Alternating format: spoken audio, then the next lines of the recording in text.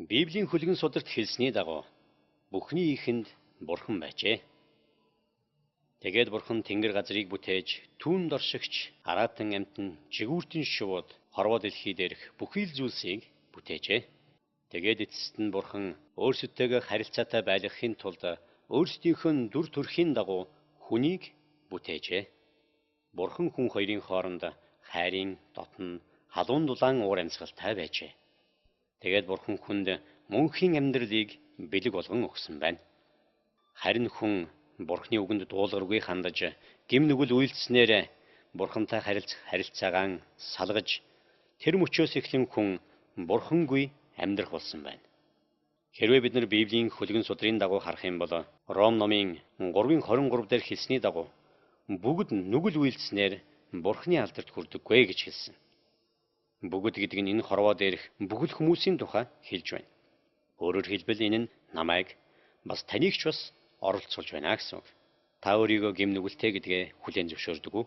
Хүн бүр дотроо бозор муу зүйлийг бодож, хүсэж, хүн бүрийн амьдралд гимт хүсэл тачаал, гимт зан чанар үйлдэлүүд байдаг шүү дээ. Мөн Библийн Ром номын 6 дугаар бүлгийн 23-д хэлсний дагуу учир нь нүглийн хөлс бол үхэл юм. Харин Бурханы бэлэг бол бидний эзэн Христ Есүс доторх мөнх ам мөн гэж хэлсэн. Тэгэхээр хүний амьдралын төгсгөл урд нь Бурхантай хамт байхдаа хүн мөнхөд амьдрдаг байсан бол Бурханаас тасарсныхаа дараа хүний амьдралын төгсгөл мөнхийн үхэл болжээ. Гэхдээ хүн төрлөختний түүхийг хэрвээ бид харвал түүхийн туршид хүн төрлөختөн эргээд Бурхантай харилцаатай болж түүнд хүрэхийн тулд олон янзын арга замуудаар тэмүүлсэн байдаг. Зарим хүмүүс философи буюу гүн ухаанаар дамжуулан Бурханд хүрч түүнтэй харилцаатай болж чадна гэж бодсон. Харин зарим хүмүүс ямар нэгэн шашин шүтэх юм бол эргээд Бурхантай харилцаатай болж түүнд хүрч чадна гэж боддог. Харин зарим хүмүүс нь аливаа сайн үйлсийг амьдралынхаа туршид хийж буян хураах юм бол эргээд Бурхантай харилцаатай болж түүнд хүрч чадна гэж боддог. Харин зарим хүмүүс нь сүмд яваад л байх юм бол Бурхантай харилцаатай болж түүнд хүрч чадна гэж боддог. Гэтэл хүн төрлөختний энэ бүх оролдлогууд нь амжилтгүй болсон юм. Яагаад гэвэл хүн төрлөختөн Бурхан хоёрыг цаагдаж байсан цорын ганц асуудал болох гим нүглийнхээ асуудлыг хүн төрлөختөн шийдэж чадаагүй юм аа. Энэ бүхнийг харж байсан Бурхан өөрийн бүтээсэн хүн төрлөختнийг үнэхээр өрөвдөн хайрлаж, эргээд хүн төрлөختөнтэй харилцаатай болохын тулд цорын ганц хүү Есүс Христийг энэ дэлхий рүү илгээсэн юм.